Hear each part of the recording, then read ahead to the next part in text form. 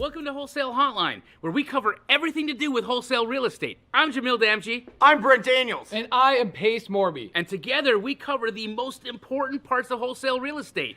Lead generation. Conversion of sellers into contracts. And dispositions. Guys, remember when you're watching this show, do us a favor and squad up in the comments. Make sure that you are liking and subscribing to the YouTube channels and in the Facebook group Wholesale Hotline. Most important, we want to know we're doing a great job for you and helping you build your business. So go give us a review on iTunes and or Spotify. So squad up and enjoy the show!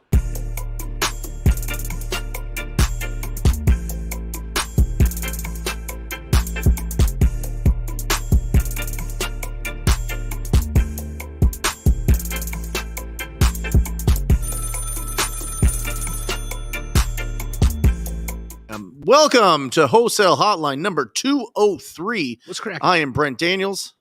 Jamil Damji. Pace Morby. And we are ready to rock and roll. Jamil, I was just telling you before the show, locked up 2 triplexes, squished together. Yep. 6plex. Who should I sell that to? I mean, What's the right buyer for a multifamily wholesale deal?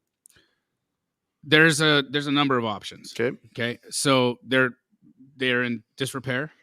They're lived in. Okay. Would they pass an FHA inspection or any vacant? I don't know. Okay. Let me find out. Okay, here, 2 things why I say. Yep. Okay, if you have at least one, are they squished together? Are they on 2 parcels, 1 parcel? 2 parcels. Okay, so each unit needs to have 1 vacant. If one of them has at least 1 vacant, you could sell 1 to an investor, and you could sell the one that has a vacancy, if it would pass an inspection, to an FHA buyer who wants to house hack it. Got it. And then that way you just put that B right on the MLS. You would have to close on one. You'd have to close on it to sell it to a conventional buyer. It depends. I've been a part of a wholesale transaction that closed with a conventional buyer. I never thought it never thought it was possible. Did the bank just mess up? No, they looked at it. They understood what was going on and they funded it. It was bro. Well, I don't want to mislead. Okay, it's very difficult to do. And when the student came and told me this is what they were doing, I was like, you're out of your flipping mind. That's not how it works. It will never work. Right. And it did. Yeah. Months later, they came and they were like, look at my wire. I was like, how did you do it? So I can get the rundown in the 411 on how that all took place, but it happened. Well, explain why conventional banks won't conventional do VA, FHA always look at chain of title and they want to understand the seller, and that has to match. So seller's name on the contract and the title or the deed have to match. If it doesn't match, then they're like, why is this not matching? And then there's a whole barrage of questions. And then they're like, well, we can't do a deal or fund a deal that's not direct to the owner and beep, beep, pop, pop, pop, boo, all those things. But I have now just anecdotally I haven't verified, but I have one testimonial that it is possible. Well, I heard from a local bank, they did it. Like a small local bank in the middle of the country funded a wholesale deal, but it was they just didn't have as many overlays as like some of the bigger banks. Sure, so I think they keep their loans. Yep. So I just wonder if it's something when they sell the loans out, if there's some sort of stipulation there that it's possible. You know what I mean? It's possible. That's a great question and likely the reason why. But the other part is the underwriters at these larger banks, they're robots, bro. They're automatons. Yep. Right. And so they're like, cannot compute, seller name, tax and record name, don't match, incomplete, kickback.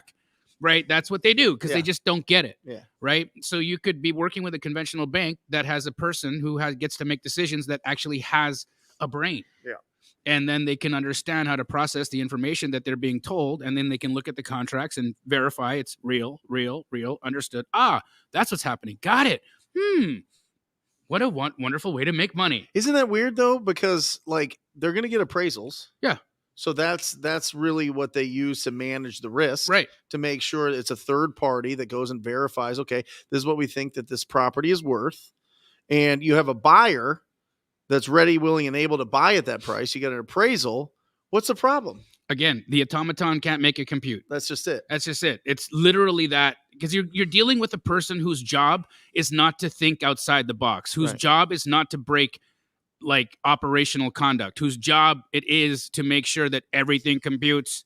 So that's the problem, right? And how it goes down is, again, could have been a local small bank. I believe this was in Tennessee, which would say to me that they probably used a larger lender. Yeah. But I'll get more details on it and report back. How's that? Yeah. I just don't want people out there thinking that they're going to be selling to conventional buyers. No, not on a regular basis. Right. Cash buyers for wholesale deals. What else can you do if you want to get a conventional buyer pace? So easy. So easy. I spent a lot of time with this in the last quarter of the year. Family offices. Okay. Here's what happens, right? So wealthy buyers, people that care about taxes, right? They get emails from their family offices. They get emails from their financial advisors at the last quarter of the year, last 2 quarters of the year, saying, you got to buy real estate. You got to buy real estate. You got to buy real estate. You got to buy real estate. These guys don't even care if the things cash flow, because let me tell you guys something. This might hurt some people's feelings that are just starting out. Cash flow is for children. Okay. Tax benefits are for graduates of the game. Just so you know, nobody cares about cash flow that's a graduate of the game. They care about the future of appreciation and the tax benefits. So wealthy people don't pay taxes. How do they not pay taxes? They buy duplexes, triplexes, quadplexes, whatever it is. So for example, I could give you the name of my family office. The name of my family office is dowealth.com. You could go to them. They have 200 clients, just like me, 200 clients and you, and they will interface you with real estate deals and go, hey, we got this deal. Guess what? Do Wealth makes no money. They're not incentivized. They're not trying to wholesale a wholesale deal. They're just excited to interface their clients that are not real estate investors. Brent, me, and maybe 2 other clients are real estate people there. There's 196 other people that make a ton of active income that are looking for depreciation, not for cash flow. They're looking for depreciation, okay? So you go to a family office, there's a little over 5,000 of them in the United States. You go to a family office, that's the best cash buyer you'll ever have. They will pay retail for a deal. They'll pay over for a deal because their clients are not sitting there going, I need to quit my job next month from my cash flow. Their clients are saying, I don't want to pay my money to the IRS. I'd rather give my money to a sixplex that Brent Daniels just locked up. It's most of the planning, right? Pace is tax planning. Yeah. Is there a specific time pace of the year that's more advantageous to send a deal to a family office versus another time of the year? Last quarter of the year. Yep. That's the most advantageous. Like what happens this year, my team bought 1,100 and some odd units last year, and I paid $0 in taxes. So what happens the first week of the year, we go, okay, this is what we achieved. This is now the goal for the year. So my goal for the year is to buy $50 million in real estate. I know if I buy $50 million in real estate, I will pay no money in taxes. So we then divide that out and we track that. And we go, all right, we need to buy this much money in real estate on a monthly basis. That's like 1 RV park a month, or one mid-sized multifamily deal per month, or 20 single family deals per month type of thing. And what happens is every quarter, the financial advisor checks in with you and says, hey, you're falling behind, or hey, congrats, you're ahead. But dude, it is go time the last quarter of the year. It's the same thing with people that are buying jets, people that are buying equipment. Like if you are an equipment salesperson, like you sell heavy equipment, like farm equipment or cars or whatever else, all your rich clients come in at the end of the year and they're rushing and rushing and rushing. Jamil, when did you buy your Rolls Royce, for example? December 23rd. There you go. December 23rd of 2022. December 23rd of 2022. That was the timing. I'm like, you've had that over a year. I have. Yeah, I've driven it 4 times. But I don't need to drive it. Renters drive it. Yeah. And right now it's like you it's Turo or what? Yeah, it's a luxury rental because it needs a specific kind of insurance. Turo wouldn't actually accept it because of its value. Yeah. So it goes through a luxury auto rental house here in Scottsdale, and they get a lot of people, like athletes come in. Rich folks come in. It can get rented, on the low 10 times a month, on a high 15 times so far. But I'm excited to see what happens during waste management Oh, and you know yeah. all the. It's like because that's when all the you know the homies come into town and they're like, let's go. I need to be in a Cullinan. Yeah. Except that last time I got it back, it smelled like weed. Just saying. What kind? Good weed. Oh, well, yeah. There you go. Yep. Yep. Some Really good weed. stanky weed. Stanky Joe danky. Lavery, he says, hey, I called several offices and they all told me they don't offer real estate as an investment to their clients. That is, if you give me, this is what's so funny. Okay. This is what's so funny about people in this industry. Brent and Jamil, have you guys ever gone to a bank, talked to a teller, says that that's not possible, or, hey, I'm going to put a hold on your check. You literally go to a different location, you talk to a different teller, and they do something different. Yep. Has that ever happened to you? Yep. Okay. So Joe, my friend, I'm letting you know right now, you did not call several. Do you know what the definition of several is? It means 7 or more. I can guarantee you did not call 7 or more. Give me the names of them right now. I will call them live and I will say, hey, how can I interface your clients with real estate investments? It's physically an impossibility that a family office does not look at real estate investments. It is the sole purpose of why they are formed in the first place is to invest in things. Real estate is the safest asset class on the planet. Of course they do. You just talked to the secretary at the front of the desk and you did not get past them. I'm telling you, go to dowealth.com. That's who my team is. That's Brent Daniels' team. They have a whole entire piece of software dedicated to just uploading investment properties for their 200 clients. I don't look at it, but Ryan, my rep, does look at it. So guys, family offices, okay? All day, every day, family offices, I think are the best buyers. For me, when I have a deal, a sub-2 or seller finance deal that doesn't cash flow, I sell the deals over to Do Wealth. They sell them to other clients. Easy, cheesy, lemon squeezy. As also, would you say that like tax planning companies, PACE would be good places to work with? Like I work with RSM. They do tax planning and accounting, and when it got towards the end of the year, my accountant had reached out and said, hey, do you have anything that could be particularly interesting for buyers who want to depreciate? That just may be because I have that close relationship with the accountant there and the strategist, but I'm not sure if that's something that a tax strategy company could be in addition to the family offices as a lead source. Yeah. I like all of that. The thing too, you have to understand, guys, is you need to talk to somebody on the team that actually makes the decision. If you can't get past the secretary, it's the same thing when I was working with probate attorneys. When I was working with probate attorneys, I never took the secretary. This is what happened. I'll give you guys a little bit of a creative hack. Okay. You gotta be creative, guys. So I'm in the back of my house. This is back in like 2017, 2016. Back in my house, I'm pulling weeds. It's Saturday morning. I'm listening to a podcast and they kept saying something like, bring value, bring value, bring value. I'm like, I hate ambiguity. I don't love when people just say synergy, get better, do better, champ. Like, give me something, actionable. Take action. And they kept saying, take action. Don't be a little bee.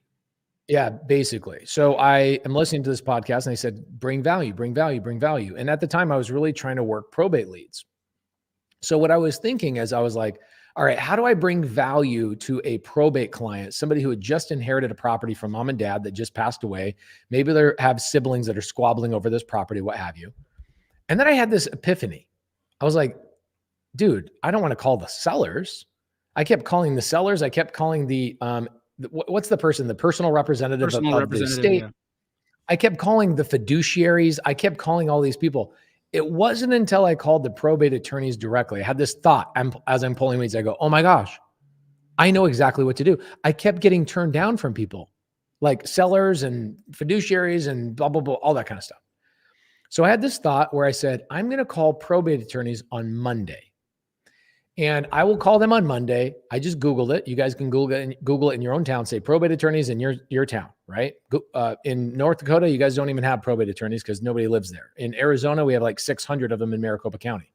Just in Maricopa County, you have 600 probate attorneys just in our little county. Okay, so I call the first person. His name is Ryan. I get the secretary blocks me and she's like, no, that's not really something that we do.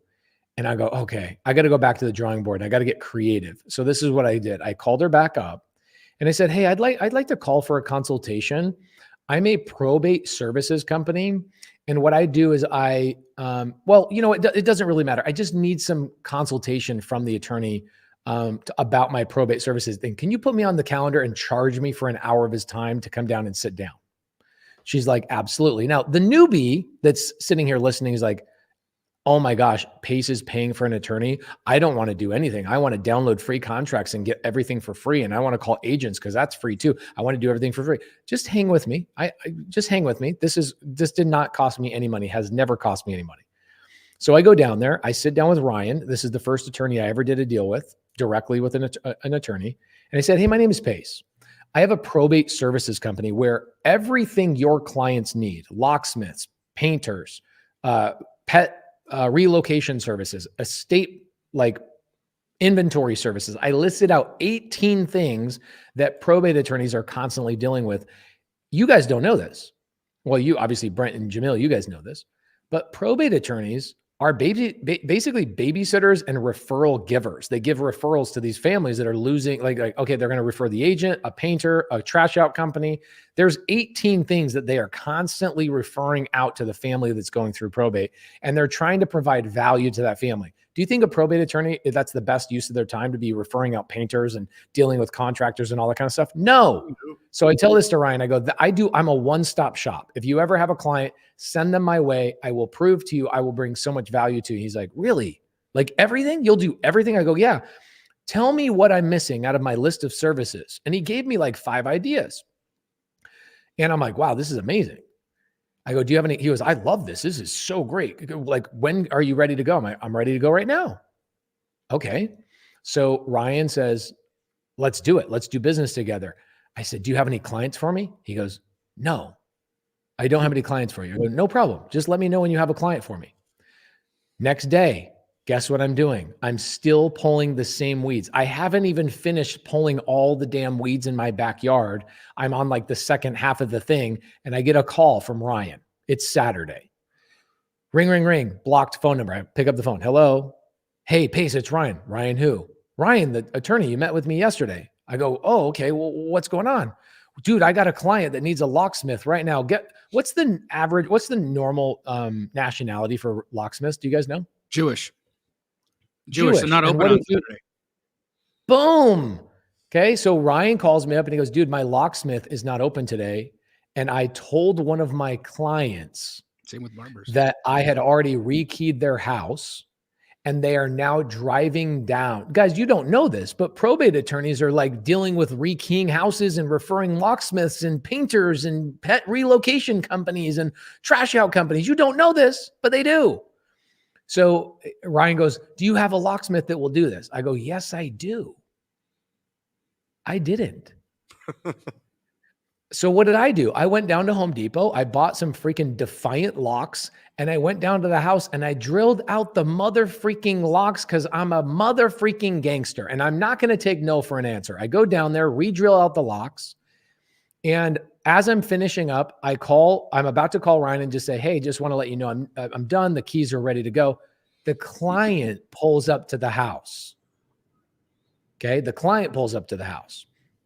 And I said, hey, I'm the locksmith. And they go, oh, he said he rekeyed this last week. I go, I know. I told him I did rekey the house last week. I failed to do it. I'm so sorry, but at least it's done. Here you go. They're like, wow, okay, cool. I walk around the house with them. I make sure they're all good. Hey, what are you guys planning on doing at the house? Long story short, I buy the house. I wholesale it that day, so you know, to Jamil Damji. I made $39,000. Jamil made $5,000. This is like 2017, 18. And I get a call from Ryan on Sunday, pissed off. I'm like, oh my gosh, Ryan, I'm so sorry. I ended up buying the house. He goes, no, I'm not mad about that. I'm mad. Why did you take the blame for being the locksmith? You weren't my locksmith a week ago. You didn't fail me. I failed. And I go, because that's what business partners do, man. I want to be your business partner. I took the blame. I want to make you look good. He's like, you will have my business for as long as I live. Guys, that came from a secretary saying we don't do that. That came from me like hearing you figure it out. You get creative. Stop being a knucklehead and coming up with stupid excuses. Figure it the F out. Out of 3 probate attorneys, one of them has been on our show multiple times, by the way, Rylas Dana. That's another deal that Jamil and I made like $100,000 with 1 year each. Rylas Dana's been on the show multiple times. Okay. Giancarlo, another probate attorney I've done hundreds of deals with. I only had 3 probate attorneys and on average made $500,000 a year from them referring clients to me. Now, most of the time, they weren't calling me for the paint or the estate services. And when they did, I just referred it out to somebody else and I wasn't involved. Guys, there's no reason you should ever go, oh, I ran into a little bit of a brick wall or a little bit of a hiccup, and let that be your answer that you ever type with your fingers. Don't ever tell me the barricade or the problem that you ran into. Tell me the creative measures you took to get over it. That's what I want to hear. When you say I made a couple of calls and I heard no, Brent, how many times do I have to call a seller and to get a deal? How many phone calls I have to make? You have to talk to 200. You have to speak to 200, not make 200 Correct. phone calls. You have to speak to 200. Is that correct? 200 strangers, 199 of them will not do business with you, but 1 will. It's a 0.5% success rate. But Jamil, how many agents? If you're averaging 50 conversations a day, you're following up with the new and the old agents that you're talking to, I'd say in roughly 90 days after 8 to 13 touches and follow-ups per agent, you can carve out a 3 to 5 deal a month wholesale business like that. But that's the tough part, right? Well, you got to stay Building that consistent. 90 days. I got the Gross Bros right here. That's all they do is agent outreach. They never spent. Have you ever spent a dime yet in any marketing? Oh, how many deals do you do per month on average? On the low end, 2, and on the high end? Highest last year was 8. 8 deals. On average per month? 8 a month is the highest. Okay, so your average is somewhere about 4, let's call it 4 a month. Okay, and what's your average deal size? I did that time this past year was average was 14.8. About $15,000 bucks. 15,000. So 15,000 times 4, 60 what does grand. that mean? $60,000. Broke. Just kidding. No, see, this is what it is, right? But it's the necessity of consistency, brother. And I'm telling you, Pace, I love that you called that out, because when I see or hear somebody say the word several, or this one gets me the best. Every time I call a realtor, I get or this happens. Okay, statistically impossible. Statistically impossible. If you're keeping up with your metrics and you're actually holding yourself accountable to the minimum metrics necessary to do business, then statistically what you're saying right now is an absolute lie. And when you call them out, they're like, yeah, I called 2. Okay, so I get it. Then every time makes sense. But don't come here and say after minimal effort, that you actually have a report. You don't. The report actually is, I don't like doing work. Let's just come on and say, hey, I don't like doing work, so every time I don't do work, nothing happens. That's the truth. That's the truth. Yeah, and then you got 18-year-olds, 19-year-olds, 20-year-olds going bananas, calling, being fearless, having the courage, and closing deals. And it's like, what is happening? Yeah. This is crazy. This is bananas. If you speak to enough people that their situation's ugly or the property's ugly, you cannot lose. You won't lose.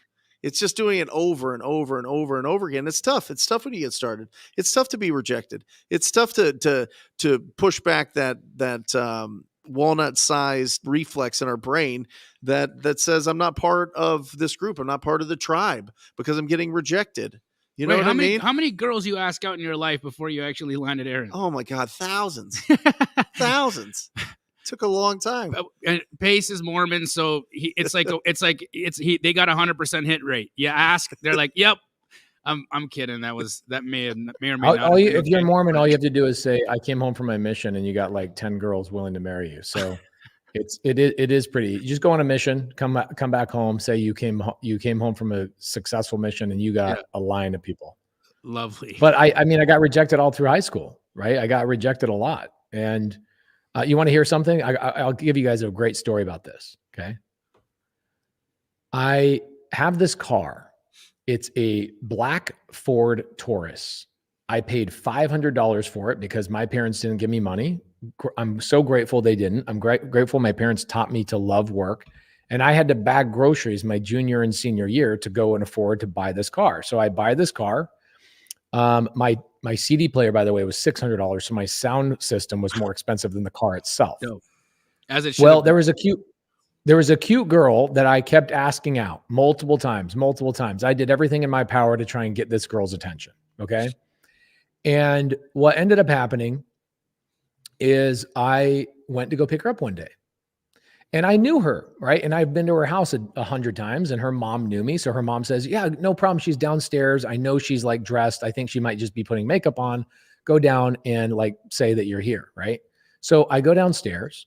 I walk into her room and I overhear a conversation. She's talking to another girl, one of my other friends. And she says, "Yeah, Pace is great and all, but that car he's driving is such a piece of shit. I'm embarrassed for him to even pick me up in it." In that moment, 16, 17-year-old me, I had to swallow my pride, and I literally turned around and I walked out the house. And what I did is I said, I'm going to go a different route. I'm going to find a girl that will be so proud of this car and driving around with me. And this might sound petty, but call me Tom Petty because I'm petty AF. So what I did is I found a girl that would go on a date with me, and man, we had a freaking blast. I would drive up and down our little high school strip in this car, and I would blare my music and have a great time. Next thing you know, this girl, like 2 weeks later, comes to me, the one that rejected me and talked shit about me behind my back about my car. And she said, "Hey, whatever happened about the date? It didn't work out. I know. And you ended up getting sick and da, da, da, da, da, da, da." And I said, "Oh, I would hate to pick you up in my car. It's such a piece of shit." And here's the thing. Here's my thought. I didn't take her no for an answer. I went and found the next thing. I found something that was more fun. And that girl that I ended up convincing to cruise around with me in my little Ford Taurus, that girl and I ended up dating for a whole year. And I was like, why did I even care about the other girl who's criticizing me? Just move freaking on. Oh my gosh. If somebody says no to you, just expect that it wasn't meant to be and move on to the next thing. Move on to the next thing. Grant Cardone, what did he say the other day? He said it took him 42 follow-ups to get Elena Cardone to go on one date with him. She hated and then him. when they finally, and she hated him. She hated him. Right? Yeah. Now, you just have to be a big boy and move the freak on if it doesn't work out and find the next best thing. Like go. You don't stop. You don't get deflated. I never told anybody that story. I didn't tell my best friends that story. I didn't criticize anybody. It wasn't until much later that I used it as a story and as an example to just move on. I never tried to make her feel bad about it. I never wallowed in it. I never sat down and just chilled and was like, woe is me. Guys, I've never had that problem in my entire life. Even when things are horrible, even when Voldemort filed bankruptcy on me, 2008, did I bitch and moan to you, Jamil, one time? To be honest, dude, like it's probably one of the most incredible things because I would have shot him. I'm not joking. If I was in your spot, the guy BK'd me the way that he did, I probably would have gone to his house and just put myself in prison for that. Because that to me would have just been, there's no way I would have been able to handle that. But you didn't. Yeah, but you know what you and I did that year is we went and did 100 more real estate deals. He was chilling. You and I ended up doing what, 150 deals that year. I don't know. I can't even count how much business we did. But I can verify that not only did you not complain, did you not cry, did you not go out and bash him, you still won't say his name because it's not because I don't want to damage his business. I don't want to hurt the people that work on his team. Why give this man any shine? Why create any more negativity? Why create any animosity? Why send people out to go DM him and call him Voldemort and that he's a terrible person? No, I'm going to keep his name to myself. I'm going to use the story as an example of moving on, and so be it. Which again, dude, I'm just saying, if something bad happens, right? Seller hangs up on you. You get a no. You get a no. You get a no. All of that is a breadcrumb sending you to the proper location, right? Every time you get a no, it's a breadcrumb saying, "Hey, I'm doing the right thing." So, guys, I'm just saying, guys. For anybody listening, I think he might. I think he might. You would shoot him. No. You didn't you didn't suck the air out of the room. Right, but listen, I remember losing it all in 2008, 2009, foreclosing on 5 properties, getting 2 cars repoed, having a judgment put against me, and selling like TVs and the Nintendo Wii and all this stuff. Bro, your judgment was a $700,000 judgment. This wasn't some small judgment that you got. This is some magnificently massive thing. What did you do when that all happened? For 2 years, I just sunk into a shell. I hung around the wrong people. I made enough money to hang out at a bar downtown and have try to ignore the mistakes that I made. And then I found out that I was going to have Seamus, my 12-year-old. And I was like, well, it's time to get to work.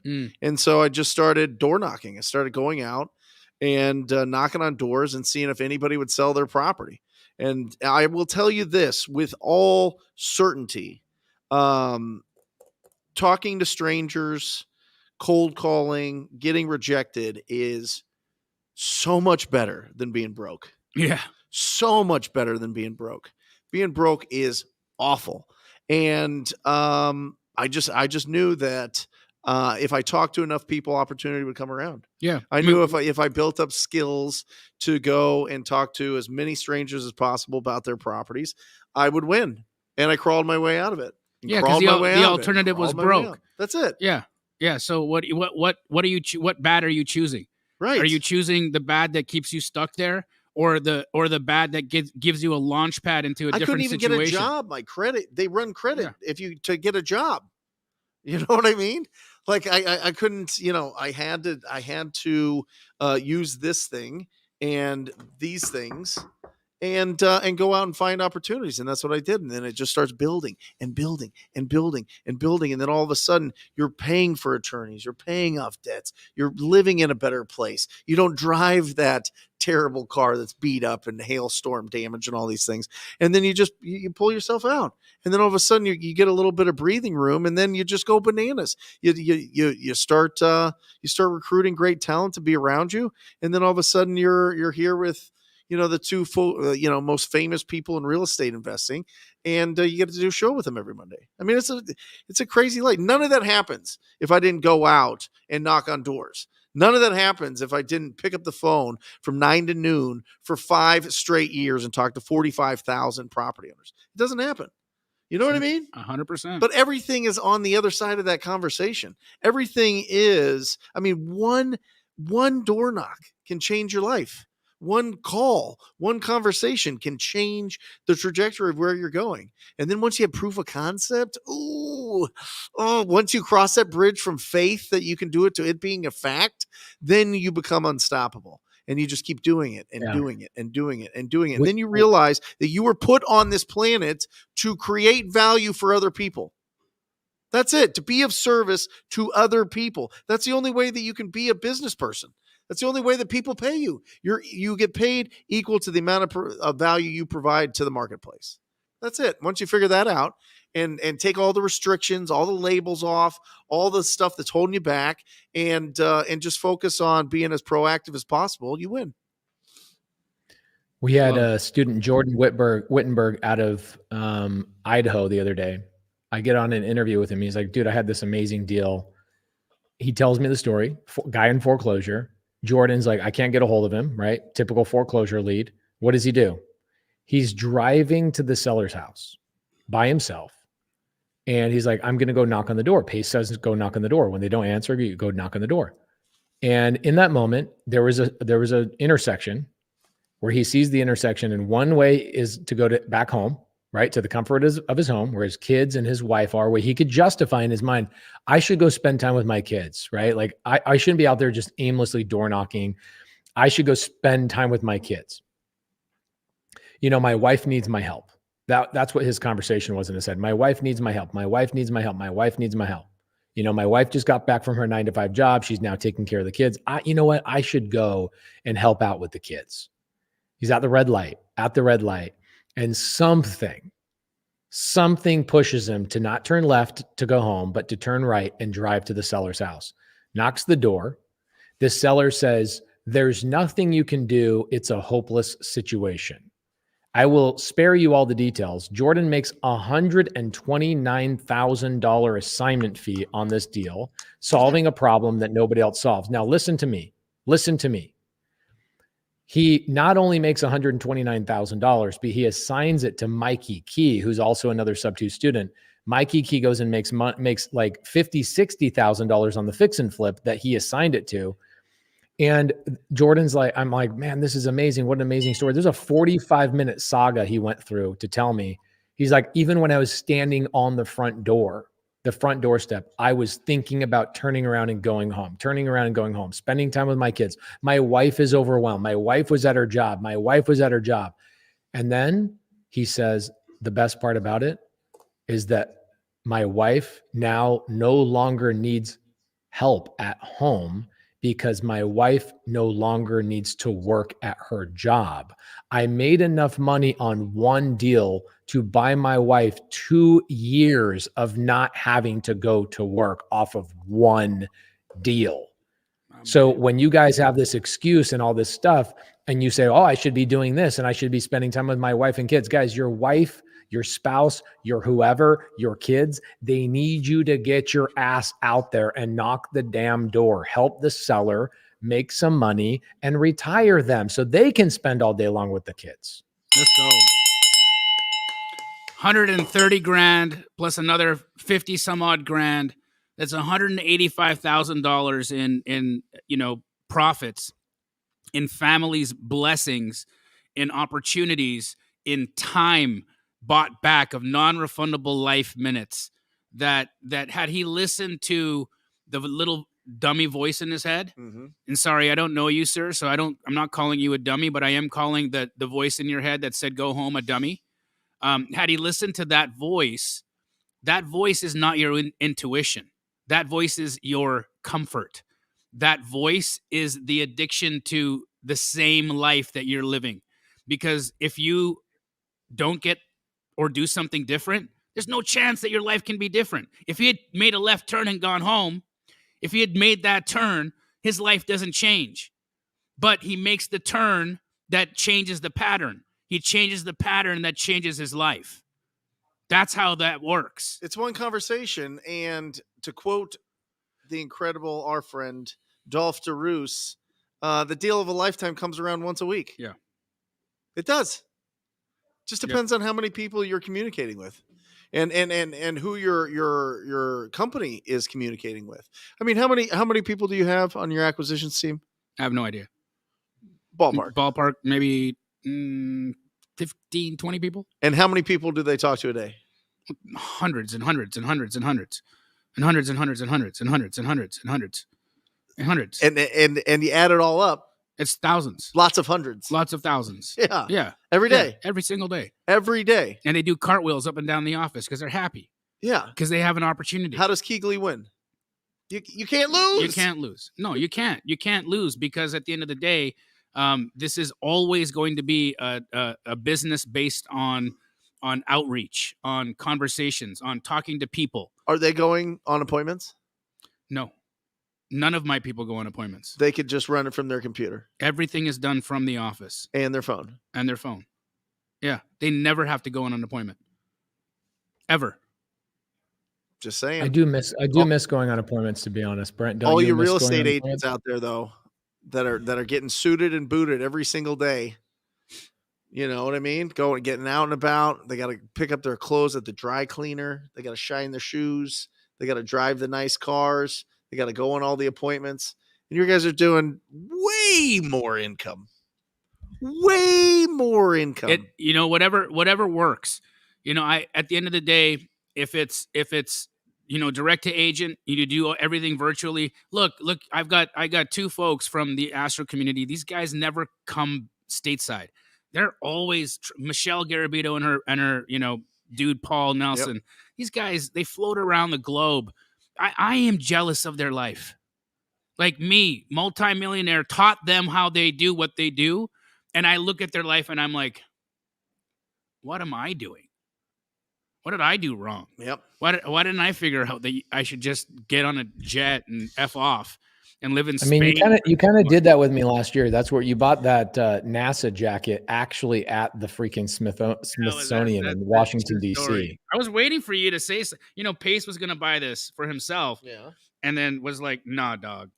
It's all that's you. That's an Astro jacket. It's such a freaking cool jacket. Yeah, it's so sick. It's great. It's like one of the best made jackets I've ever seen. He bought it straight out of the Smithsonian. Yeah.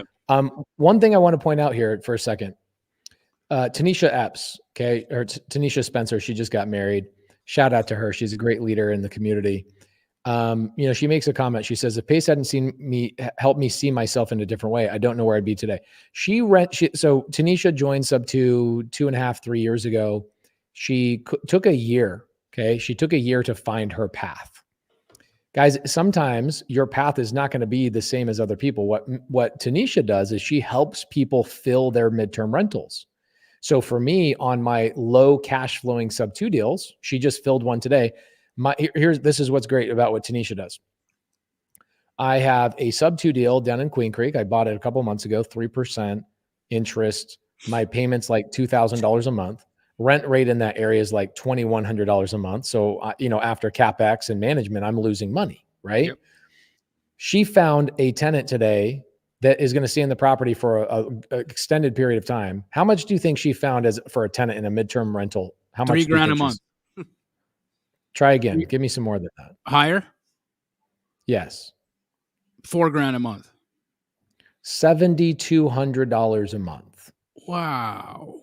$7,200 a month in Queen Creek, right? Because what are midterm rentals? Midterm rentals are there to help insurance clients when somebody has a renovation going on from a flood and they go stay in my house for 6 months. And the insurance company's like, oh, can you furnish it? Can you do this? She's not even she did it without it being furnished at $7,200 a month. So guys, understand that there's people in the side chat today, okay? Astro students, TTP students, Sub2 students, Gators, people that are out there that have different paths that can empower you. I saw somebody else in the side chat today going, hey, if I got a Sub2 deal that doesn't cash flow, what's a good exit strategy for me? Here you go. You've got people that have the answers in the side chat. You got the Garabitos, right? The Garabitos have learned from Jamil. They're traveling around the world. These are people that will empower you and help you out. You guys should be doing deals with each other in the side chat. So another person I just saw a couple minutes ago says, how do I talk to Brent and Jamil and Pace? Do they read the chat? Yes, we do read the chat. Most of the time, you guys are just chatting each other up, so I don't pull your comments up here. But if you have a question, please fill it in the side chat. We'd love to answer it. We've got 600 people on here today live, so thank you so much for tuning in. Thank you so much for being Tanisha, can you reach out to me? Because I got a house in Arcadia right now that I'm Airbnb-ing that's not making $7,200 a month. It's I will DM you. I will text you and her together. Beautiful. It's on a half an acre. It's got a diving pool, and it's not making $7,200 a month. So, whatever you did for Pace out in Queen Creek, I need that. Yeah. What is Tanisha doing for advertising? She built. So this is what's great about her. Okay. She came from the insurance world. She was an insurance adjuster. So insurance company would have her travel all over the country to like do adjustments and all that kind of stuff. So she understands the insurance game. So she comes into Sub2 a couple of years ago. She starts buying Sub2 deals thinking, oh, I'm going to turn these into regular rentals. And it's like, hold on a second. You should specialize where you already have experience. Like get in where you fit in, girl. Like go and focus on insurance clients. So she builds relationships with insurance people, and they'll call her up and they go, hey, I need a house in Queen Creek, Arizona. Do you have one? I need a house here. And so they call her and they say, I need something in this area. So Tanisha reaches out to the Sub2 community and goes, who's got a house I can help rent? So Tanisha takes a management fee. I hope, knowing her, she'll probably try and do it for free. We won't allow that, Tanisha. Yep. But if you guys want to connect with Tanisha, go into my Instagram stories right now. I actually tagged her on a post. She texted me today. She's like, hey, congrats. I had your midterm rental for like less than 2 days and I've already got it rented out for $7,200. Jamil, I'll text you and Tanisha together today. Please. She just said in the side chat, she says, I did one for a student last month that's $11,000 a month. Come on.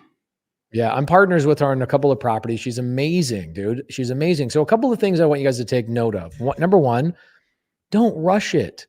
If it's be in the side chat, connect with people. This is why our tagline is squad up. Get together with each other, squad up with each other, go hang out with each other. Okay. Yeah, check this out. Our midterm rental is $5,100 a month. Long-term rental is $2,100 a month. Guys, midterm rental is a real thing. It is. It has almost, in my mind, replaced short-term rental. The Airbnb game is not dead. It's just stagnant. It's really, really, really stagnant. Okay? It's funny you say that because like I'm looking at the average of, since the Airbnb kind of stagnation started happening, I looked at the average rent that we get with this property on Airbnb, and yeah, we get months that are high, but then there's all those months that are low. And when I saw it, I was like, man, this can just be a long-term rental at like $8,000 a month and it's done. Yeah. I could have people in there for 12. But if, Tanisha can get 7,200 for a property in Queen Creek, I mean, it makes no sense to fill it up with a long-term rental. So great job carving your place there, Tanisha. I personally know you. You're a wonderful woman. So congratulations.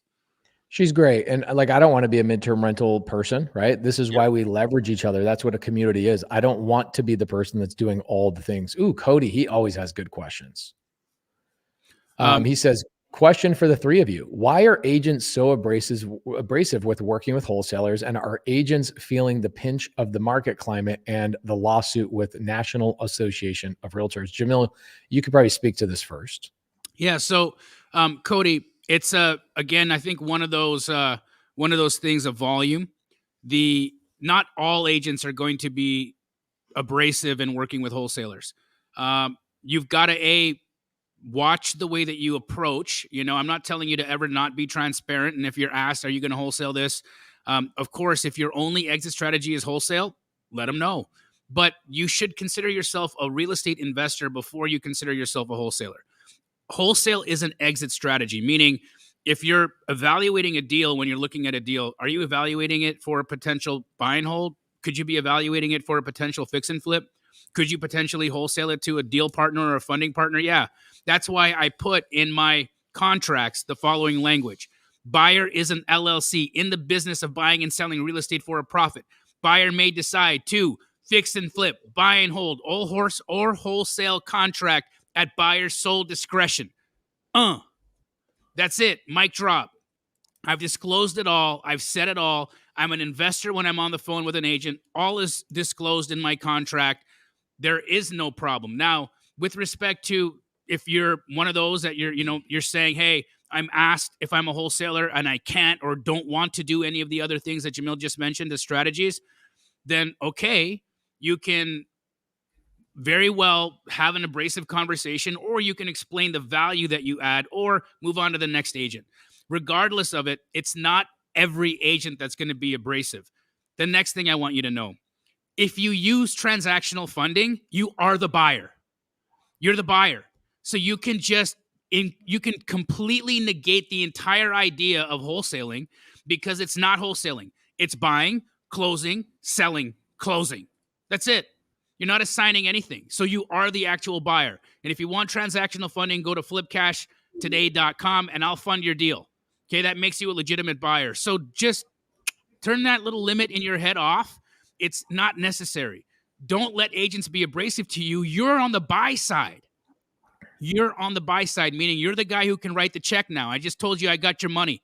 You can write the check. So that's a thing. Second, on the NAR thing, nothing's happened. If nothing has happened there, so no, they're not feeling that.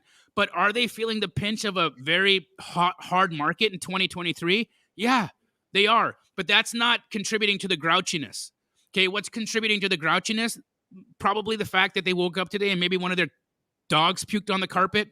Maybe the fact that their husband was out late last night and there was makeup on his collar. I don't know. Whatever's going on in their life is why they're being grouchy. It has nothing to do with you. You're talking about human beings with moods.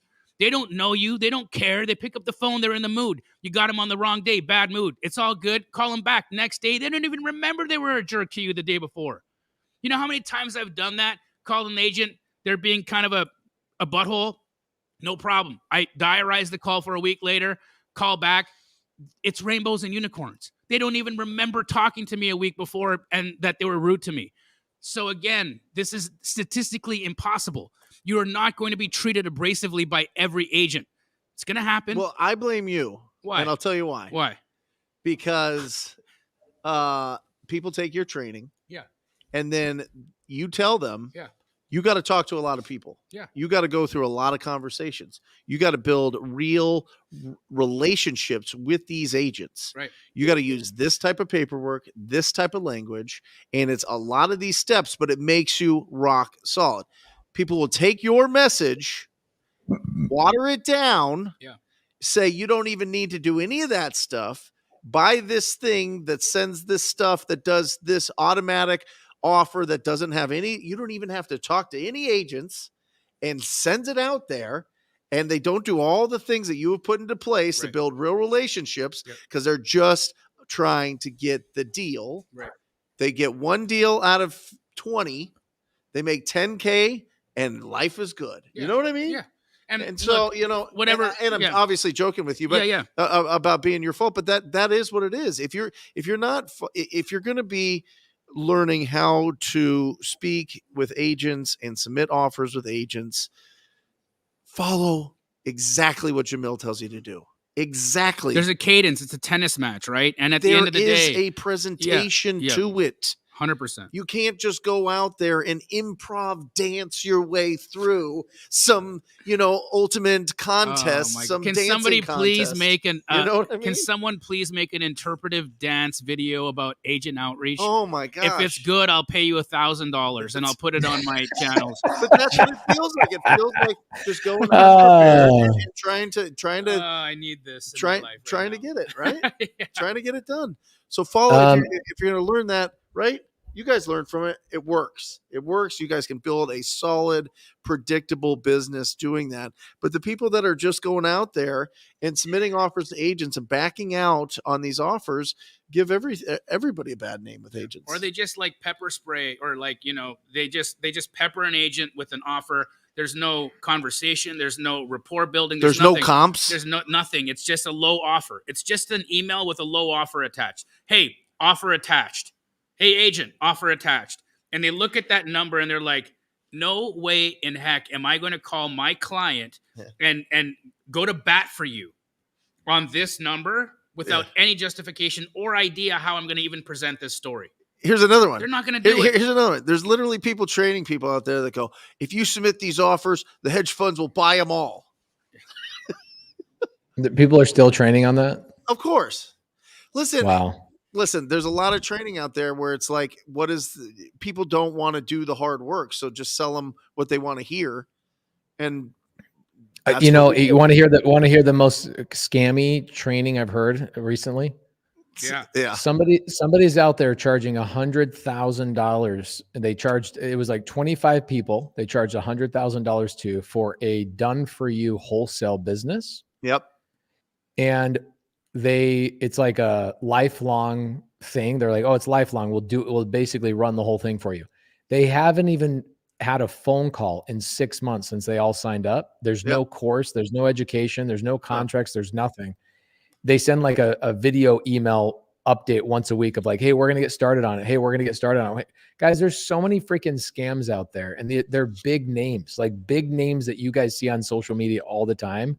Be freaking careful of the training that are out there. If you don't have hundreds of people saying it's legit, run for the hills, my friends. I'm telling you, the whole like, oh, let me just now, you know what's funny about this? The LOI blasting, you'll still get deals. You will still get deals. But what you can't do is you can't complain that the agents are not building relationships with you and they're cranky. If you're going to go that strategy, just know what you're getting into. You are going to piss a lot of people off. But here's my strategy. Okay. This is the most simple agent outreach thing ever. Okay. I look at Jamil. I think Jamil and Jerry Norton are the best at agent conversations. Jamil has built the largest wholesale business in the industry out of direct to agent and, co-wholesaling for wholesalers. So I take a lot of pages out of his book, but I do it kind of with my own spin because I am my own person, as you guys all should do your own thing. Right. All I do is I think this, okay? And I do this for the sub 2 cents. I go, all right, guys, I'm just going to call agents on long days on market.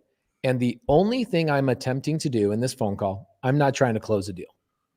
In fact, I should try not to close the deal. All I'm going to do is build a relationship with this agent that makes them think, I want to send that guy another opportunity next week or the week after. That's it. This is the Jamil method. Here's what I do. This is the only difference that I do. I actually find their profile. I print out their profile on paper. I'm old. I'm 40 years old. I do stupid old people stuff. Okay.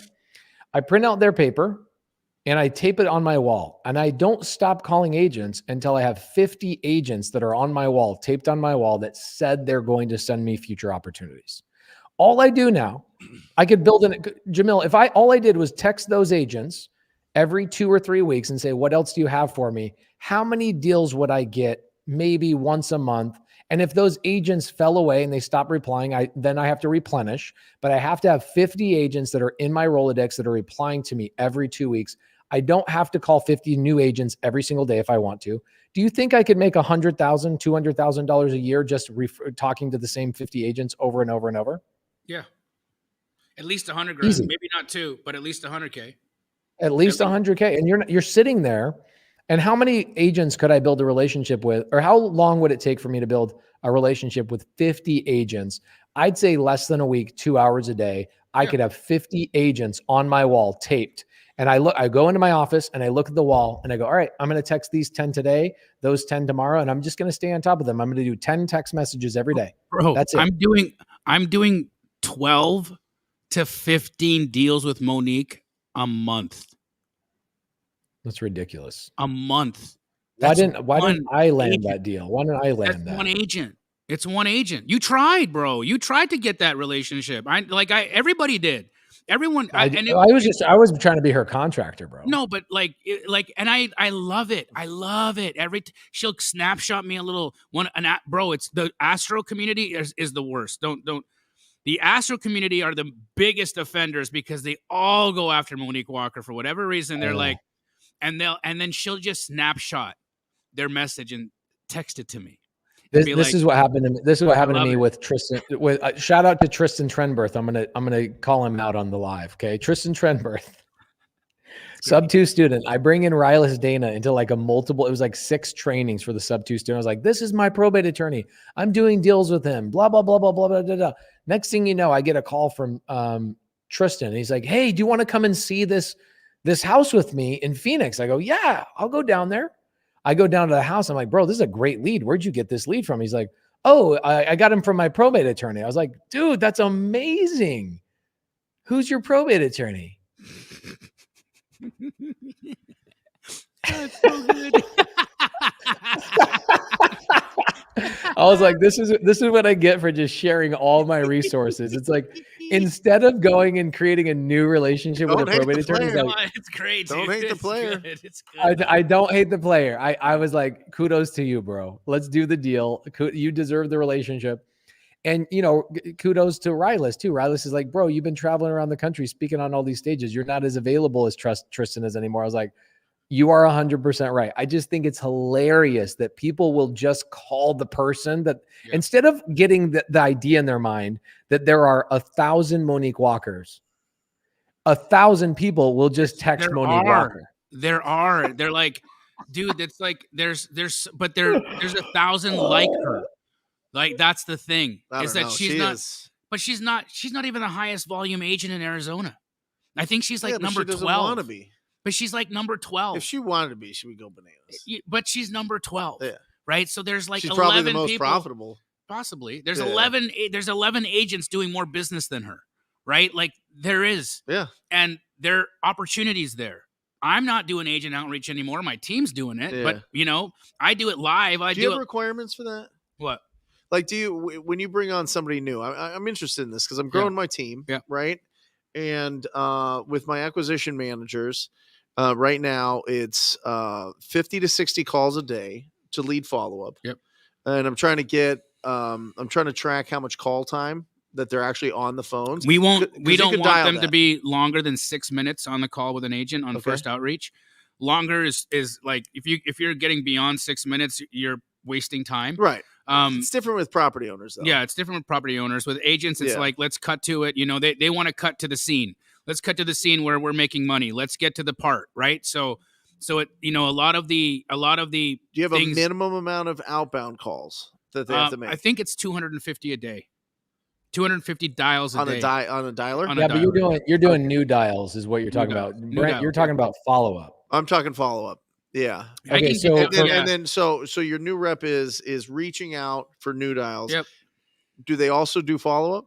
Of course. Right. Of course. So And how does that balance? How do they balance that? I gotta look at the stats. I Right. gotta look at the stats and what that average looks like. But after they start, like once you get past 30 days, Yeah. you're doing an equal amount of follow up Yep. as you are new outreach. Got it. And it just becomes this wheel you're on, right? I'm doing half my day is new outreach, half my day is follow up, half my day is new outreach, half my day is follow up. Do you and so do you on have a and so forth. database of the agents that are already somebody like a different rep is Everyone's talking tagged. to? Everyone is tagged and put in our CRM, and they're owned by somebody. Right. Now, here's the thing: Yeah. if that person is not spoken to in a certain amount of time, Sure. it pings to Hunter. Right. And then Hunter looks at it and says, "Why hasn't this agent been talked to in a month?" Awesome. And then gets This up is what I'm and liking. walks over to the I need rep more and says, accountability, "Hey, yep. how come this list of agents haven't been talked to in a month?"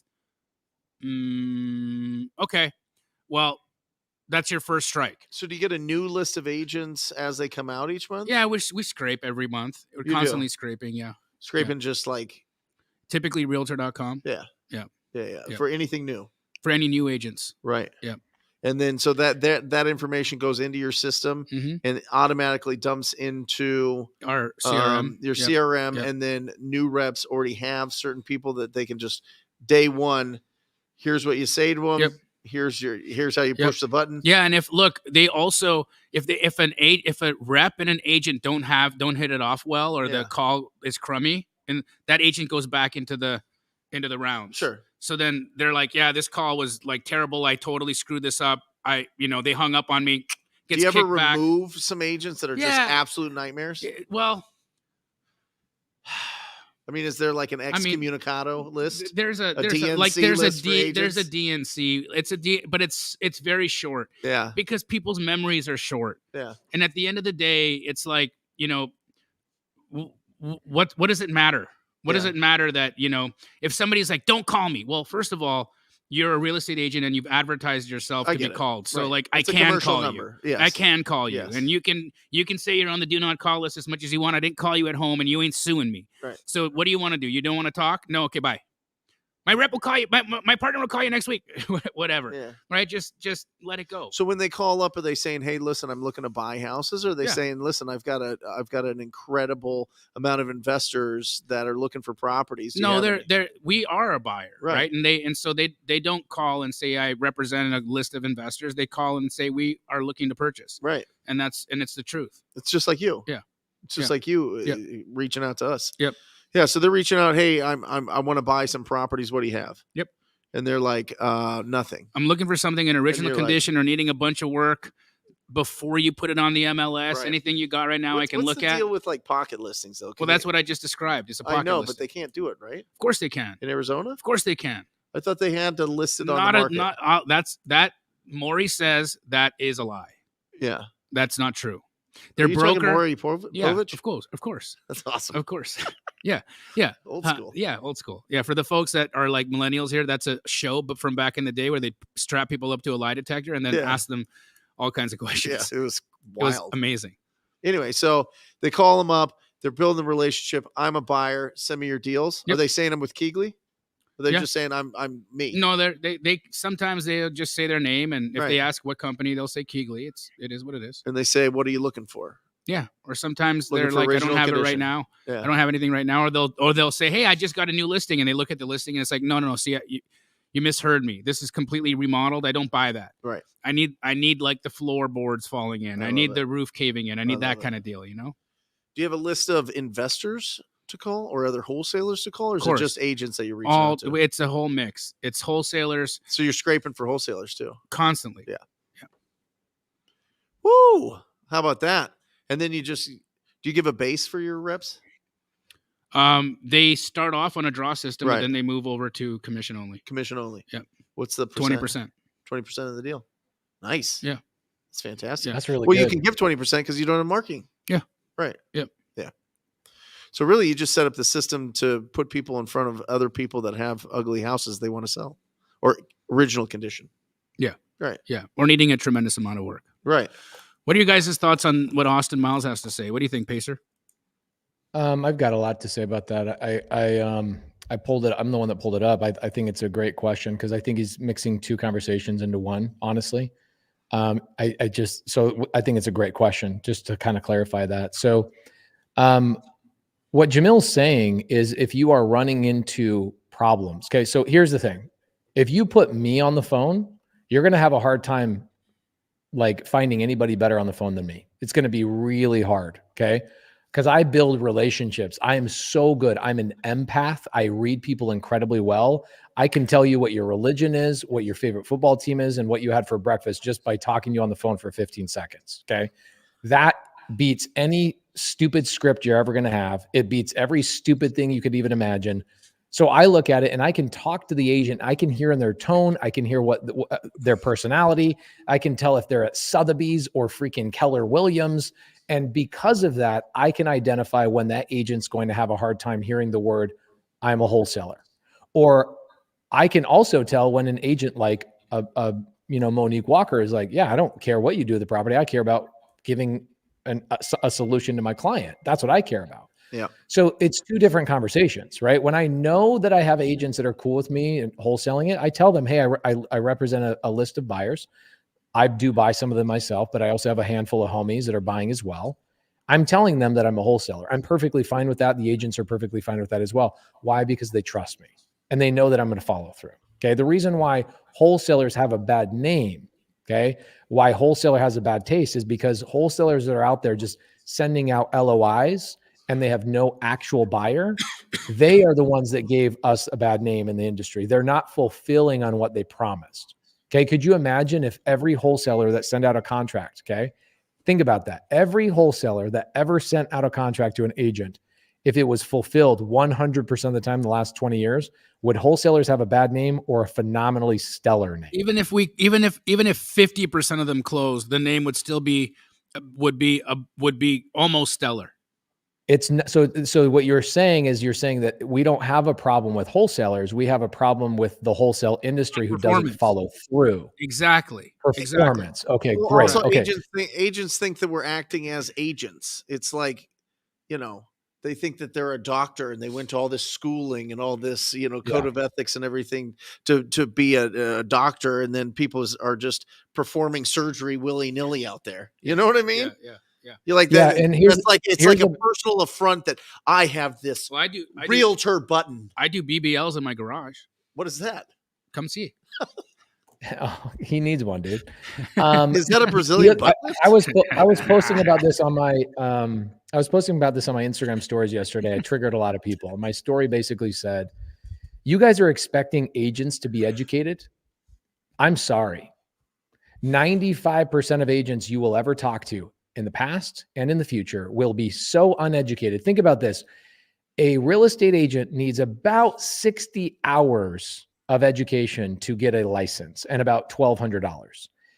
A barber who cuts your hair has to have 1,200 hours to get their license. So somebody who cuts hair has to go to school 20 times longer than a licensed real estate agent. And you guys are expecting a licensed agent to actually understand how real estate works? Not only that, but they're not even taught how to comp pace. Bro, how can you in 60 hours? I was going to do a whole documentary about, hey, let me break down what I learned today in my real estate school. I was going to go to school that day, kind of journal, do a YouTube video at the end of the day. Like, here's the replay. You guys want the audio of what I learned today? Show me anything that actually tells me how to be a real estate agent. You don't learn that as a real estate agent. How many square feet are in an acre? 43,000. Well, don't tell. If you know how many square feet are in an acre, put it in the chat. Put it in the chat. We're gonna find out who these agents are real fast. So the point of this is, and I love okay, you. You are expecting a real estate agent. You're expecting a real estate agent to understand that wholesalers actually provide tremendous value to a real estate transaction. Let me think about this. Okay.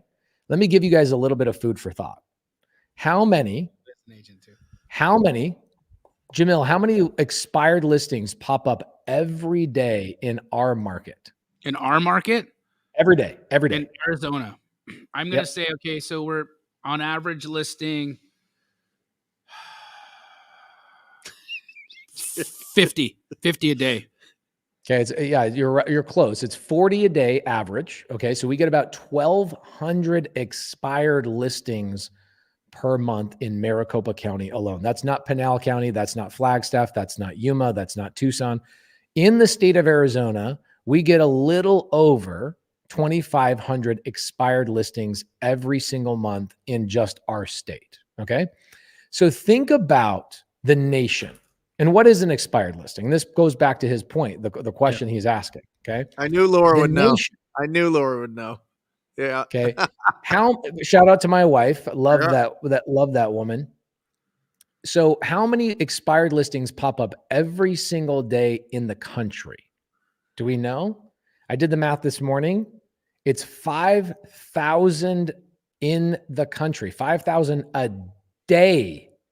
What is an expired listing other than an agent who took on a job and worked their butt off for 6 months just to get fired because they did not educate their seller? They took a listing they should never have taken. They don't know creative finance. They did not provide any solution, did not provide any value.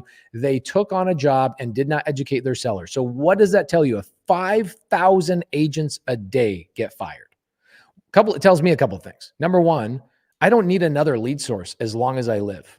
I'm sorry if you guys like working with agents, you guys have fun with that. Agents can kiss my ass.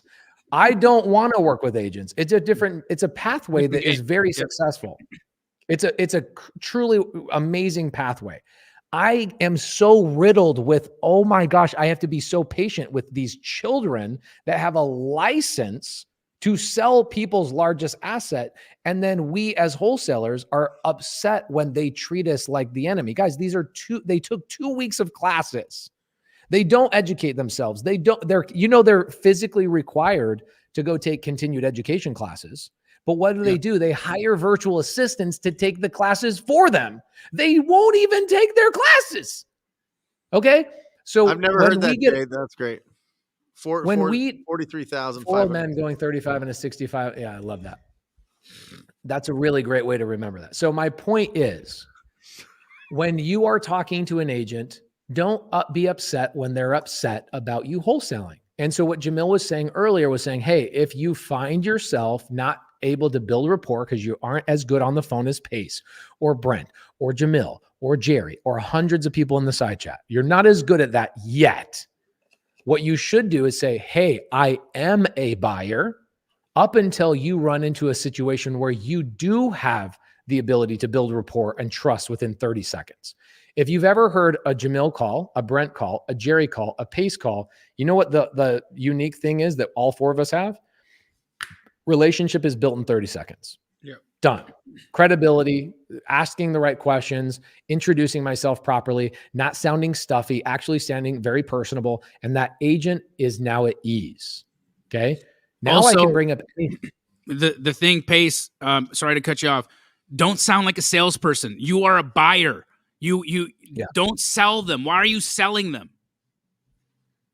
That is a good point. Hi, my name is Pace, and I'm calling from such and such real estate investments company, and we're over on 12388 blah blah blah blah blah. And I'm wondering, guys, sounds like you're calling on a script. Immediately they've checked out. Okay, act aloof and funny and charismatic. Okay. This is the problem. A lot of people, they haven't learned the ability to connect with other human beings. And so if you haven't learned to connect with other human beings, then just say, I'm a buyer, and then use transactional funding up until the point where you go, man, I'm really good on the phones. I can build relationships. I've had enough practice. So it's two different conversations. In the very beginning of your journey, the first year, maybe year and a half, tell people you're a buyer and just double close. Okay. Or partner with somebody who is a buyer and they are your buyer. You're good. When you get to a point, you could do a challenge. Every agent I talk to, if I told the agent, yeah, you know what, I wholesale half the deals I do, kind of just depends on what I have going on that week.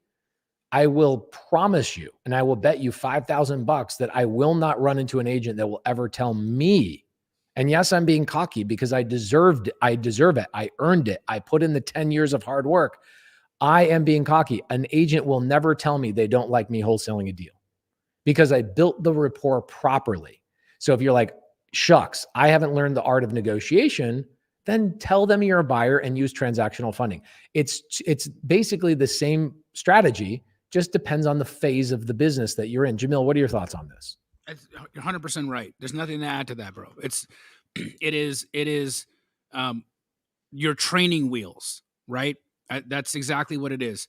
Call yourself an investor, close on the deal, either through a double close or transactional funding. It's going to cost you a little bit more money, but you're in training wheels. You don't got to worry about it. You don't got to worry about the wholesale word. You don't even got to say it.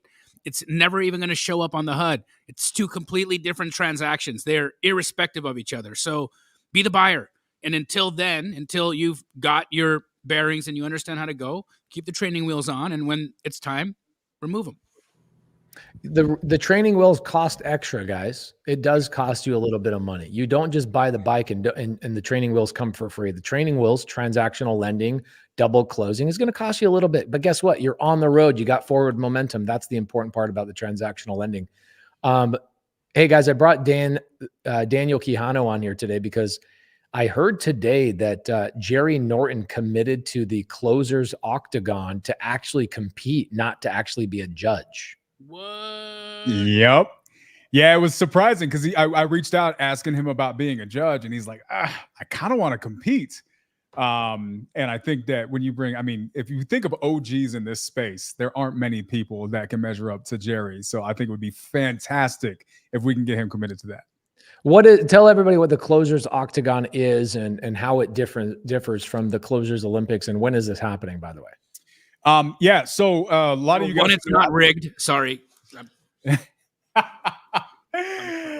Here's the thing, right? A lot of you guys know I've been in sub 2 3 and some change years now, and I've been doing these competitions inside of the community for a very long time. Brent, you remember, was it about 3 years ago now? You were a judge in one of those internal competitions well before I was a part of the Closers Olympics or anything like that. And shout out to the Closers Olympics. I think they've done a lot for some new people in the industry. But, when I look at this, being in sales as long as I have, coaching sales over 20 years now, I just recognized some opportunities that I wanted to fill. And Pace always was like, dude, we got it. Why don't you just take the competition you've been doing in sub 2 and just make it bigger? So that's what we decided to do. And we did like open tryouts. This particular round, it's just sub 2 students competing. So we had open tryouts. Anybody who wanted to try out could try out last month. This month is round 2. And we're getting the top 8 competitors to get the right scores because the top 8 make it to Arizona where they'll be competing with people. Pace Morby, rumor has it, you were one of the first people to put your name in the hat to show people what you're working with in the sales department. Rumor has it. I don't know. And now it's potentially Pace Morby and Jerry Norton standing on stage demonstrating why they are who they are in this industry. So it's been really exciting. We're doing round 2 right now. We're doing it Monday, Wednesday, or Friday.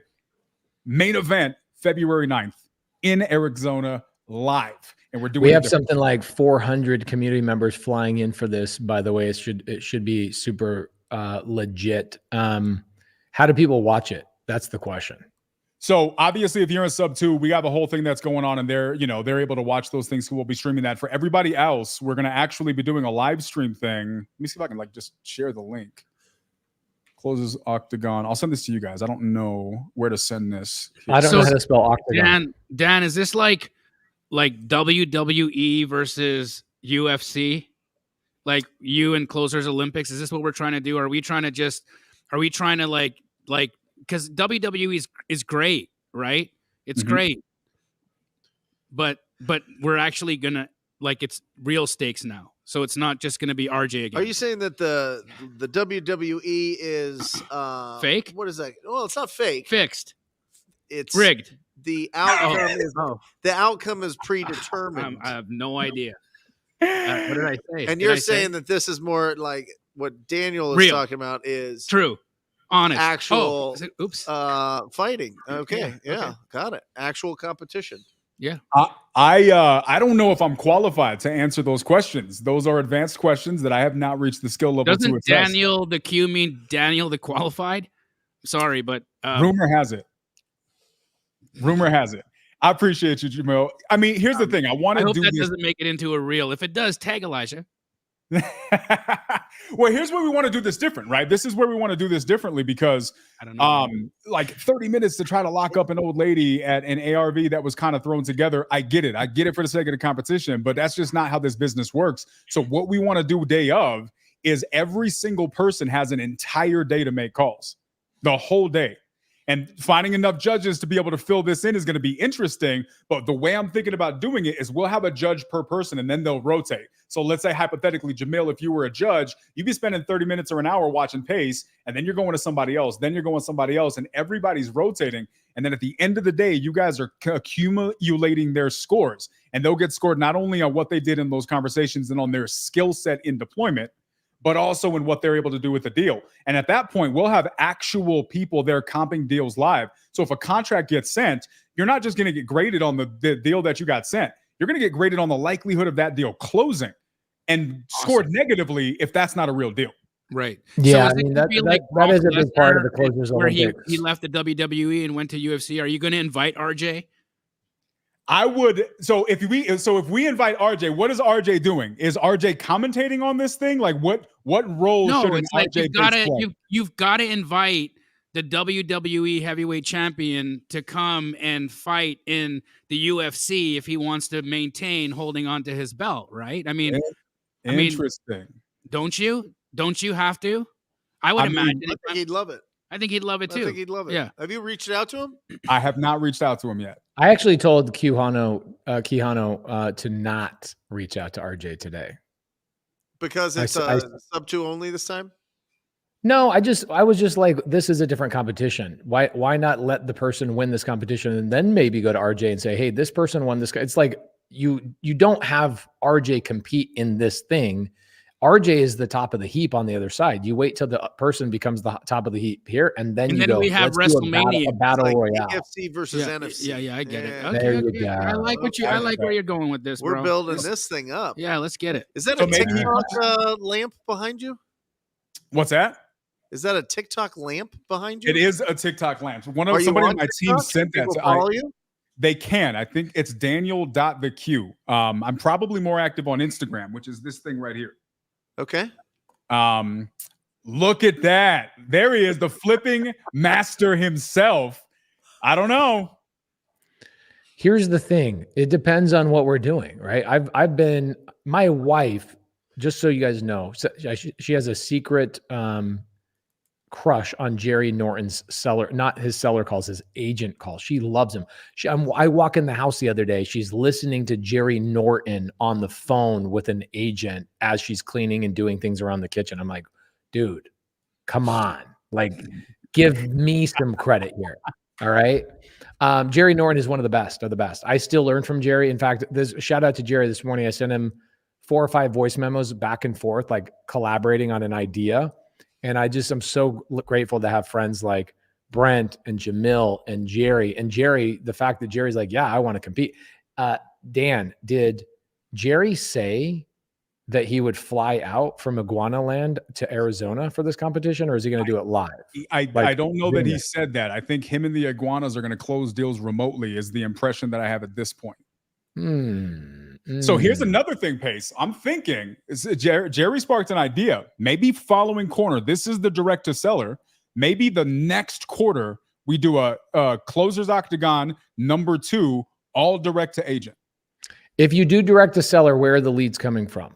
That's the next thing we got to figure out. I'm thinking one of two things. One, we can go to the communities, any of the communities who have active leads that they're struggling closing. Number two, find a good PPC, PPL people that are producing volume, that are quality. I'm thinking one of those two areas is where we could go for those leads. Man, give me expired listings. Let me make calls to expired listings all day long. I'll clean the house all day long. You're going to clean house regardless. I'll just buy the deals. Like I'll just prove to you they're great deals by actually closing on all of them and just putting them in the portfolio. It's a simple task. The challenge, and what I love about your strategy, the strategy of the Closers Octagon, the challenge of the Closers Olympics is that we don't get to see these deals actually close. And as I'm comping them, I'm looking at the deals. I'm like, that's not a deal. Like, not a deal. Just 100%. because you got a contract does not mean that's a deal. You got some of these contracts they got are like overpaying $50,000-$60,000. Yeah. I mean, it's right? easy to get someone to sign to that, right? Like who wouldn't at that point? So here's the question, right? Pace, you don't know this, but for the last like 2 months, Monday, Wednesday, and Friday, we got like 150 people for 3-4 hours sitting in the nightly dial, just getting reps in to try to compete against you and now Jerry Norton, right? So dude, I better get in there. I haven't been getting my reps in. I mean, you should. There's some pretty good people. We had a girl in there. Her name's Caroline Vo, sub-2 student, fairly new. She was super sick today, and she came to work, man. Some of these people are really taking it seriously. Are all the reps everybody's putting into the nightly dial, are they all direct to seller calls? Yeah, so what we're doing for round 2, we're switching this up. Round 1 was you had to bring live calls, and we graded your live calls to be able to make sure you're making calls. That's how you get in round 2. Round 2 is role play. And the reason we're doing role play is because we're throwing random stuff at you that you would not expect. So that way we see how you act in completely unexpected circumstances. And you only got 6 minutes. So you have 6 minutes to accomplish this set of criteria, and it's tough. And so if you can handle those things, the idea is you got to deserve to stand next to a Pace and a Jerry, right? So we're putting these really weird scenarios thrown at them. And then whoever makes top 8 are the ones that get advanced to be able to come out. Beautiful. I love it. I love everything about it. It's great. So I'll judge. Call me up when it's time. I'll judge. Can I judge these jabronis? Please judge the jabronis. I was trying to get Brent, but Brent's like really famous and popular, and so his schedule was booked. His assistant was like, "No, it's like all Friday." When? You know what date? When? The February 9th. February. Oh, let me see if I can do it. February 9th. That's pretty soon. Damn it. It is. It's a couple weeks down the road. But guys, if you guys are not a part of these communities and you guys are like trying to learn how to get good at having conversations, we can do it after 2:30. Right. Okay. If you can do it, I'll make the rest of it work, Jamil. Seriously. Okay. We'll figure it out. Vina, if you guys go to the website, closersoctagon.com, Vina Jetty's committed to be one of the judges that day. If you're able to be there for a portion of the day, Jamil, we'll go ahead and take that. If Brent, something clears up for you, let me know. Bro. Okay. I could get there a portion of the day, but it'll be the afternoon. Yeah. Yeah. Guys, if you let me cancel one of these podcasts. I got 2 podcasts, but I might be able to cancel. But take it noon on. I'm yours, bro. Okay. Perfect. Yeah. Yeah, guys, Jerry makes a good point right here. I think the Closers Olympics would be really perfect in a lot of ways if they had a dispo day to take those deals. They do on Monday. They do? Yeah, but it's like a bonus day after they've already awarded the winner. They sold it like 5 or 6 deals. But they've already awarded the winner, right? Yeah, before that day. Yep. That's what I'm saying is like wait until the deals close and then give the crown. And then get the final. Interesting. Brent, I wasn't part of it. I didn't watch the dispo day. Did the dispo day change the way that the crown was given? Jerry ran it, bro. Jerry was in it with the guys from Investor Lift. Yeah, so we they were were in Montana when they did that, I think. Let's see here. So I wonder if I can get Jerry on here for 1 minute. Are you guys good to hang out for one more minute? Yeah, you want to tell the story that Jerry sent us real quick before you get him on here? Remember the news article he sent us? Oh my gosh, yes. Tell that story. That's crazy. About the fact that he was a transactional funder on a deal, and I don't know we'll have to get Jerry on here. Let Jerry tell it. Yeah. But okay. Let's just let him tell it. This is bananas. Is he available? Where are you at? I just sent him a text. I gave him the link. So let's see if he comes on here. I just gave him the StreamYard link. So Quijano, as he's coming in here, trickling in here, give us the link, the date, the information one more time before we get Jerry in here. Yeah, closersoctagon.com. It's not linking in the chat. I put it in the private chat. I don't know if you guys want to put it so people can click it. For anybody who wants to watch, if you guys want to get good at sales, you want to learn all of the things and see some of these guys at work, it's $99. It'll probably go up closer to the day, but we just want to provide a good experience and really let you guys be a part of what, honestly, what makes these communities special. Guys, there's a reason why Wholesale Hotline is, in my opinion, without question, the undisputed #1 podcast in real estate. There's a reason why these guys are the #1 names in real estate. When I got into real estate, like the only people that you really knew was Max Maxwell. That was it. There was not a lot of information out there. Then you saw Steve Trang. I think there's a reason you guys take over is because the way you guys do things on every single level is different. And for me, when I decided to do a competition, the purpose of this was to highlight that. My coaching program and all these things only exist because of Pace and the things that he's established in this community. This is our way of paying this forward and giving other people the opportunity to participate. So guys, feel free to check it out. Shoot me a message if you got questions. Well done, bro. Thanks, Keanu. Guys, if you're gonna have a spinny wheel, Jerry, it better be an iguana. Oh, he's in spinning the around. car. Look at him. Jerry. Is Anne-Marie driving right now? I'm in Montana still. What? I thought you were supposed to be gone, dude. Jerry hasn't had electricity for like 2 weeks. Yeah, it's because Josh had surgery on his tonsils and then he had them bust open, so we had to re-cauterize his throat, so we had to stay longer. Jerry, tell us the story about this deal that you were a Gator lender on. Dude. Okay, so hoarder house cash buyer. The first cash buyer does a walkthrough the day of closing. So I fund the first transaction. Cash buyer backs out at the last second. Luckily, we found a new cash buyer. They didn't care about what happened, and they closed like a few days later, so it all worked out. But they're doing a walkthrough, a chest freezer in the basement. They open it up, and they find a chopped off head and a pair of hands. Human chopped off head and hands. He was texting. Was it a male or a female? Brent. Jerry, male or He female? was texting Brent, Jamil, and me, and he was like, "Guys, should I do a YouTube video about this? If so, what do you think we should name the video?" Can you read all of the titles? Space. They're so good. Yeah, I got a whole. My title was so good. This was my title. My title was "How to Get Ahead in Real Estate." Oh my gosh, dude. Stop while you're ahead. How to cut your competition and stay ahead. The headaches of real estate. Oh my gosh. How to get ahead in real estate. Oh my gosh. So, it's under federal investigation and stuff, right? Obviously. And here's what's nuts. So the seller was a widow living there with her son, and the husband passed in like 2021. Nothing sketchy going on there. So I don't know. I have no idea. I can't That's wait interesting. till they figure out who it was. Yeah. Like, But I'm wondering, hey, will you guys head over there with me and give me a hand? Absolutely. Okay.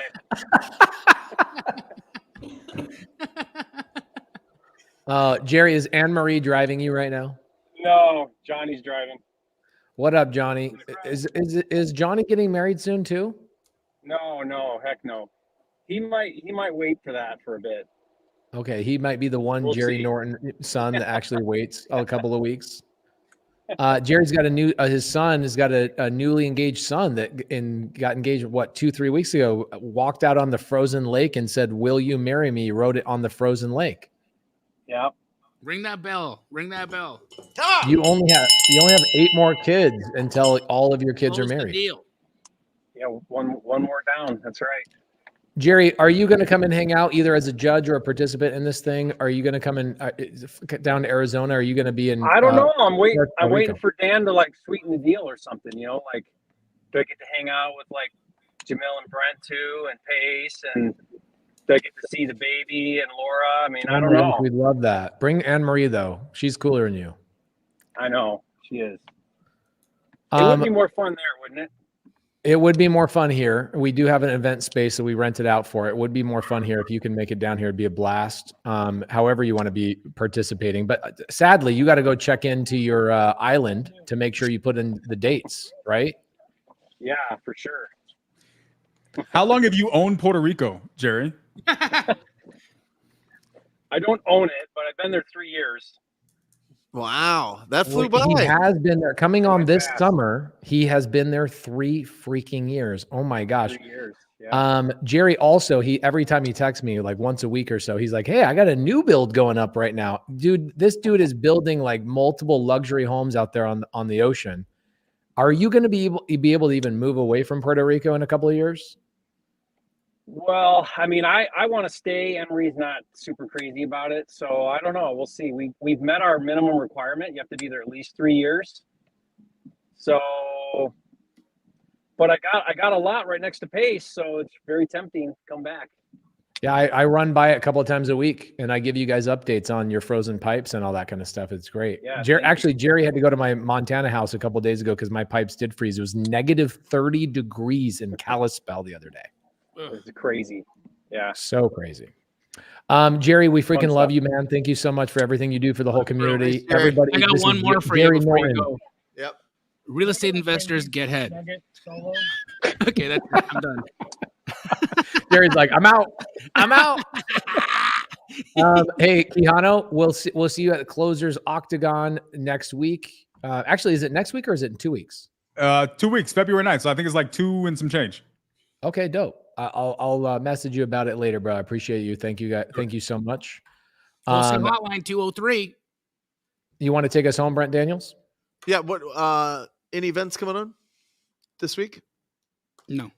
Pace. Nope. I'm doing I'm an home. action workshop noon Eastern time till 3:00, making calls, cold calls to property owners personally. It's going to be awesome. Love it. So check Instagram for that. There you go. We love you guys. We'll see you Later. next week. Peace. Later. Or just say squat up. So squat up and enjoy the show. Yeah. Yeah. Okay. 1, 2, 3. So squat up and enjoy the show. What are you doing? I didn't say nothing. Why? I don't know. Okay. So squat up and enjoy the show. Cool. I think we should use the one where Jamil doesn't say anything.